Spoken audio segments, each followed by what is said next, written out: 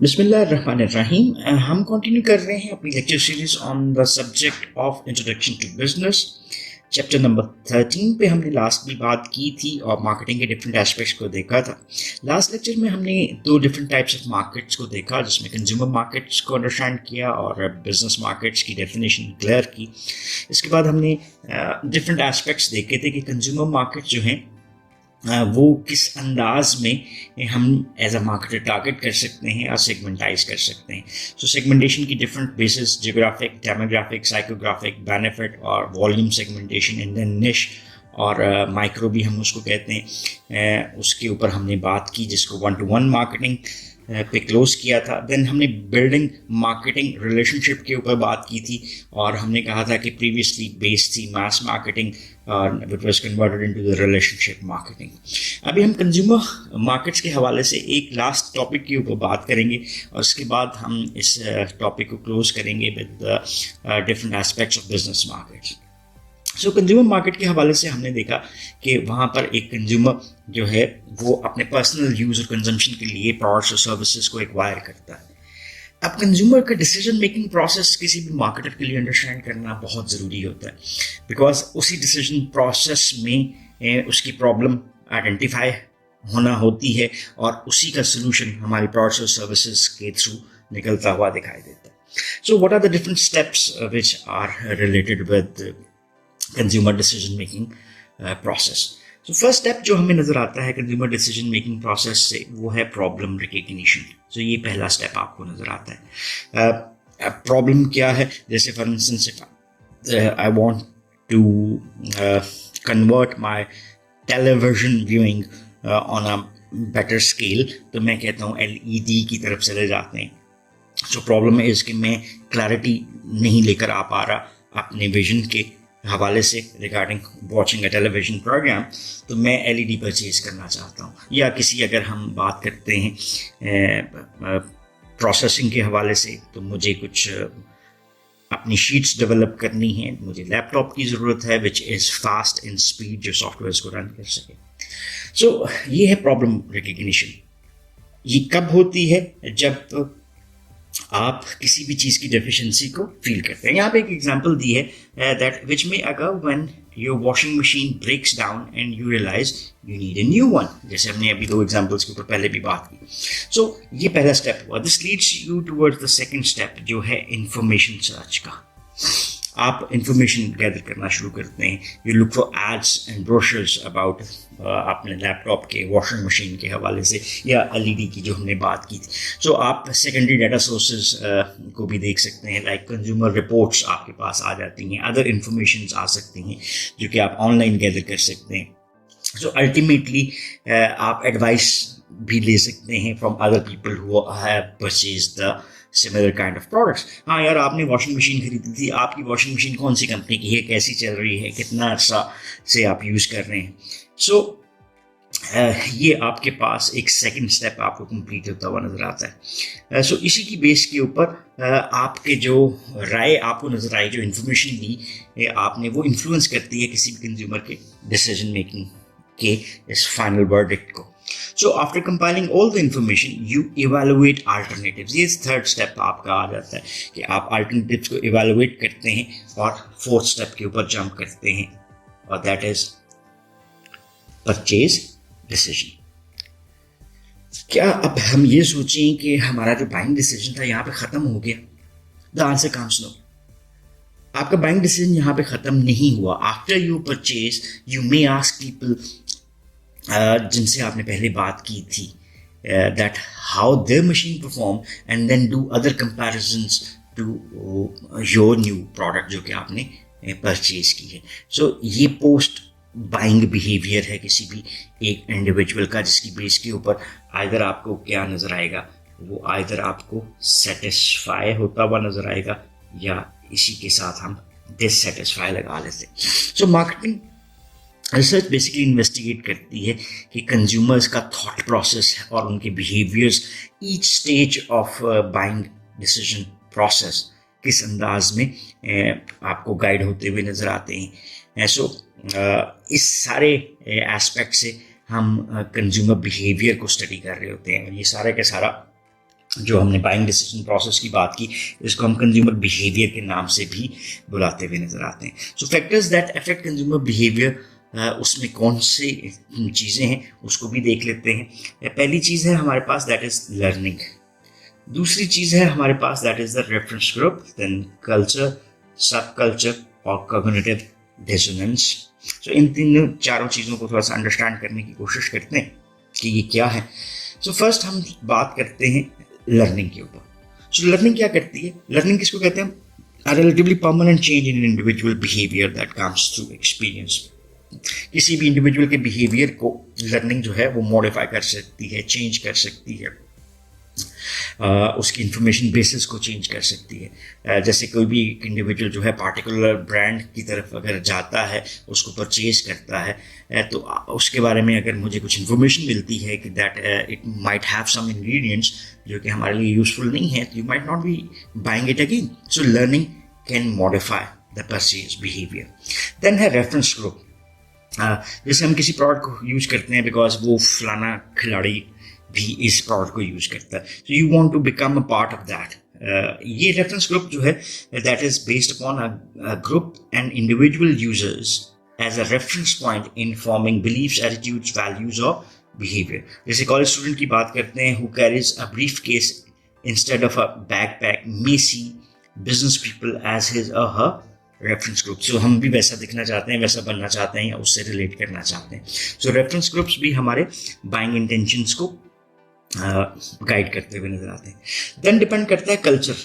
Culture is the basically set of values, attitudes and the ways of doing things transmitted from one generation to another in a given society. जैसे हम Pakistani culture की बात करते हैं तो Pakistani culture में आपका ड्रेस स्ट्रांगली इन्फ्लुएंस्ड है किससे? आपके कल्चर से.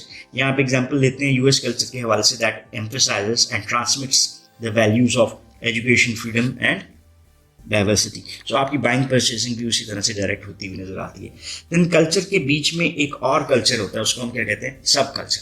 सो culture is a larger element और उसमें स्मॉलर ग्रुप्स जो आपको बनते हुए नजर आते हैं वो क्या है? दीज आर द सब कल्चर्स.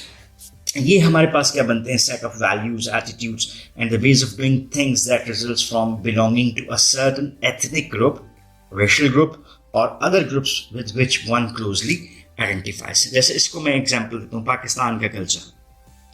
पाकिस्तान के कल्चर में चलें हम पंजाब के कल्चर की बात कर लेते हैं, सिंध की बात कर लेते हैं, KPK की बात कर लेते हैं और बलूचिस्तान की बात कर लेते हैं. जैसे इंडिया की बात करते हैं तो राजस्थान का कल्चर क्या है. सो इस तरह से आपको सब कल्चरल एलिमेंट्स भी इन्फ्लुएंस करते हुए दिखाई देते हैं कस्टमर के बाइंग परचेजिंग डिसीजंस को. देन है cognitive dissonance. Cognitive dissonance is a type of psychological conflict that can occur after a purchase. Dissonance basically क्या है? जब हमें एक्चुअल और परसीव्ड का एक डिफरेंस नजर आता है. अभी एक्चुअल और परसीव के डिफरेंस क्या होता है? So consumers who make a major purchase may have doubts about whether they got the best product at the best price. So marketer must reassure such consumers after the sale that they made a good decision.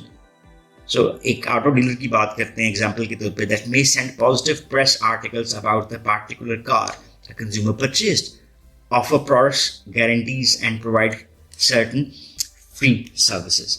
सो ये cognitive dissonance जो है हमारे repurchase behaviour के ऊपर and then हमारे influence towards other customers को भी modify कर सकती है. So dissonance, cognitive dissonance is a difference between the attitude and the behaviour और difference between two attitudes as well. So ये तो हमारे पास आ गई कंज्यूमर के हवाले से जो हमने डिफरेंट एस्पेक्ट में बात की थी. अभी हम स्टार्ट करने चलते हैं बिजनेस टू बिजनेस मार्केट्स क्या होती हैं. बिजनेस मार्केट्स जो है हमारी ऑपरेट करती हैं for the reselling of a product और सर्विस या परचेजिंग ऑफ प्रोडक्ट्स और सर्विसेज जो कि हम फर्दर मैन्युफैक्चरिंग में यूज कर सकते हैं. सो यहाँ पे हम क्लैरिफाई करते हैं कि what is included in B2B market. Like manufacturers आ जाते हैं, इंटरमीडिएरीज आ जाते हैं such as retailers, institutions like hospitals, schools, charities and the government. So ये सारे हमारे कौन सी मार्केट हैं? These are all our business markets. तो B2B मार्केट के हवाले से अगर हम बात करें और कंपैरिजन करें कंज्यूमर मार्केट्स का, तो B2B market is larger than the consumer market because items are often sold and resold several times in to B market. जैसे ये कंपनी है, इसने मोबाइल बनाया, कंपनी से डीलर्स के पास गया, डीलर से होलसेलर्स के पास गया और देन रिटेलर्स के पास एंड देन कंज्यूमर के पास। So one product is sold 1, 2, 3, 4 times. So इसका मतलब क्या हुआ कि आपको कई अर्निंग हैंड्स नजर आते हैं जो कि B2B मार्केट के साथ एसोसिएट करते हुए नजर आते हैं। इस हवाले से B2B मार्केटिंग की स्ट्रैटेजीज भी आपको डिफर करती हुई नजर आती हैं rather than the consumer markets, because business buyers अपने आप में खुद डिसीजंस करते हैं, उनका डिसीजन प्रोसेस डिफर करता हुआ नजर आता है। So several factors make B2B marketing different from the consumer market. उसको देख लेते हैं। जैसे consumers in the B2B markets are relatively few. There are just a few large construction firms or mining operations compared to the 80 million or so households in the US market. So आपको एक scale का फर्क आपको नजर आता है। Then business customers are relatively large. जैसे आप एक चीज़ को ख़रीदते हैं तो बिजनेस बैंक में वो हंड्रेड्स में ख़रीदी जाएंगी। सो इसका मतलब है बिग ऑर्गेनाइजेशन जो हैं वो लार्जर जो है कॉन्टेक्स्ट में काम करती हुई नज़र आती हैं। जैसे वहाँ पर आपको ज़्यादा एम्प्लॉयमेंट नज़र आती है, production of the various goods and services नज़र आती है। So nonetheless there are many small to medium size firms in the US market जो कि B2B पे काम करती हुई नजर आती हैं। देन थर्ड फैक्टर पे बात करें तो B2B markets tend to be geographically concentrated. ये मार्केट्स ऐसी हैं जो कि जियोग्राफिकली आपको कंसंट्रेटेड नजर आती हैं, मतलब इकट्ठी। जैसे oil fields are found in the south west and Canada. So B2B marketers can concentrate their efforts on a particular area और minimize कर सकते हैं distribution related problems को। Then business buyers are generally more rational and less emotional than ultimate consumers. So उनके buying decisions जो हैं business buyers के वो rational होते हैं rather than more emotional decisions of the consumer market, जहाँ पे हम अपनी पसंद को ज़्यादा prefer कर रहे होते हैं। यहाँ पे आपको more logical decisions नज़र आते हैं। Then B2B sales tends to be direct but not always. So जैसे tyre manufacturers sell directly to auto manufacturers but use intermediaries such as wholesalers and retailers to sell it to the ultimate consumers. So B2B sales ज़्यादा direct भी होती हुई नज़र आती हैं आपको rather than the consumer markets. Then the consumer promotions are based more on advertising, बल्कि B2B sales जो हैं are based on personal selling. So आपको हम बात करते हैं एडवर्टाइजिंग की और दूसरा कॉन्सेप्ट है दैट इज पर्सनल सेलिंग। हमने जब 4 P's ऑफ मार्केटिंग की बात की थी तो प्रोडक्ट, प्राइस, प्लेस और प्रमोशन के 4 P's के ऊपर बात की थी। और प्रमोशन के डिफरेंट एलिमेंट्स हमने देखे थे जिसको हमने IMC के नाम से भी बुलाया था। उसमें आता है advertising, personal selling, sales promotion, direct marketing और पब्लिक रिलेशनिंग। सो एडवर्टाइजिंग क्या है, ये लार्ज स्केल के ऊपर होती है, नॉन पर्सनलाइज्ड होती है और इसमें टारगेटिंग जो कस्टमर्स कंज्यूमर्स हो सकते हैं वो लार्जर कॉन्टेक्स्ट में होते हैं। जैसे हमें एक बिल बोर्ड नज़र आ रहा है, जो भी गुजरता है उसको देखता है, या एक टीवी एड नज़र आता है। लेकिन पर्सनल सेलिंग जो है वो डायरेक्टली किसकी तरफ होती है, टुवर्ड्स द सिंगल कस्टमर। जैसे मैं पेंट सेल करने जा रहा हूँ और मैं कहता हूँ चलें यहाँ पे हम GFC फैन के पास जाते हैं और हम जाते हैं कि हमारा XYZ पेंट यूज़ करें आप, और हम आपको ये रेट्स देंगे, ये बेनिफिट्स हम आपको देंगे। सो वो पंखों के ऊपर हमारा पेंट यूज़ कर रहे होते हैं। सो पर्सनल सेलिंग जो है वो एक मोर पर्सनलाइज्ड आपको सेलिंग अप्रोच नज़र आती है। सो ये भी आपको एक डिफरेंस नज़र आता है कि जो मोर रिलाई करती है कंज्यूमर मार्केट ऑन एडवर्टाइजिंग और B2B सेल्स उनसे ज़्यादा रिलाई करती हैं पर्सनल सेलिंग की तरफ। So there are fewer customers and they usually demand more personal advices. So figure 13.7 इसको भी हम देखते हैं जो कि शो करती है difference between buying behaviours in the B2B and consumer markets. Like हमें क्या नज़र आता है, मार्केट्स जो हमारे पास X एक्सिस के ऊपर वाई एक्सिस पे है मार्केट स्ट्रक्चर है, प्रोडक्ट्स हैं और बाइंग प्रोसेसेस हैं, जबकि एक्स एक्सिस पे आपको दोनों मार्केट्स नजर आती हैं, बिजनेस टू बिजनेस मार्केट और consumer market. So market structure के हवाले से relatively few potential customers, larger purchases, geographically concentrated areas आपको नजर आते हैं. लेकिन कंज्यूमर मार्केट में many potential customers, smaller purchases and geographically dispersed areas आपको नजर आते हैं. Regarding products, बिजनेस मार्केट जो है required technical and complex products require करती हैं, frequently require customisation, frequently require technical advice, delivery and after sale services, and then buyers are trained. देन हमारे पास जो कंज्यूमर मार्केट्स हैं उसमें रिक्वायर करता है less technical products, sometimes require customisation and sometimes require technical advice, delivery and after sales services as well. So no special training might be required for the consumer markets.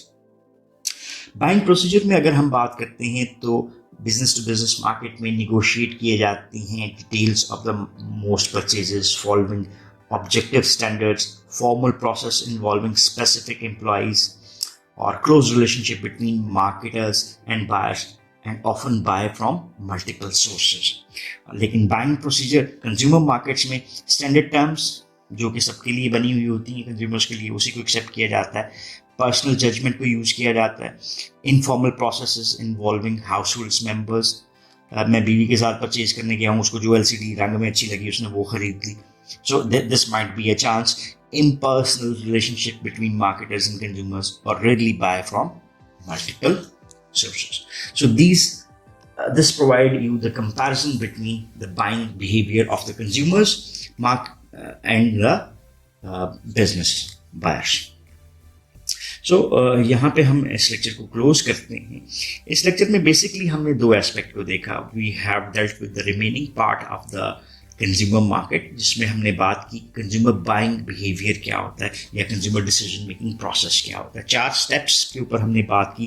Problem recognition, information search, then हमने बात की कि हमारे पास किस तरह से evaluation of alternatives होती है और परचेज डिसीजंस होते हैं. तो इस सारे को हमने डिसीजन मेकिंग प्रोसेस या ओवरऑल कंज्यूमर बिहेवियर कहा.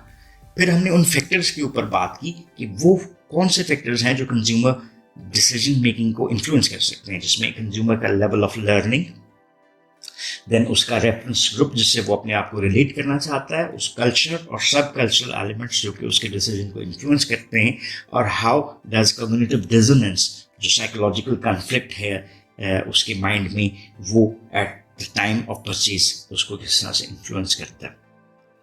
फिर हमने बात की बिजनेस टू बिजनेस मार्केट्स की, और हमने कहा कि उसमें manufacturers, intermediaries, retailers, institutions like hospital, schools, charities, ये सब गवर्नमेंट्स B2B मार्केट क्रिएट करते हैं. फिर हमने देखा कि B2B मार्केट किस तरह से डिफर करती है देन द कंज्यूमर मार्केट्स, और उसमें हमने ये 6 फैक्टर्स के ऊपर बात की. देन इन द एंड हमने देखा कि किस तरह से हम कंपेयर कर सकते हैं बिजनेस टू बिजनेस मार्केट्स को विद द कंज्यूमर मार्केट्स. सो उसमें मार्केट स्ट्रक्चर किस तरह से डिफर करता है, प्रोडक्ट्स किस तरह से डिफर करती हैं, और ओवरऑल परचेजिंग बाइंग बिहेवियर किस तरह से डिफरेंट होता है. So that's all about this chapter as well. So thank you very much for watching this lecture. If you still have any questions or queries, so you can ask in the comment section and we would definitely love to answer those. So once again, thanking you. Have a nice time. Allah Hafiz.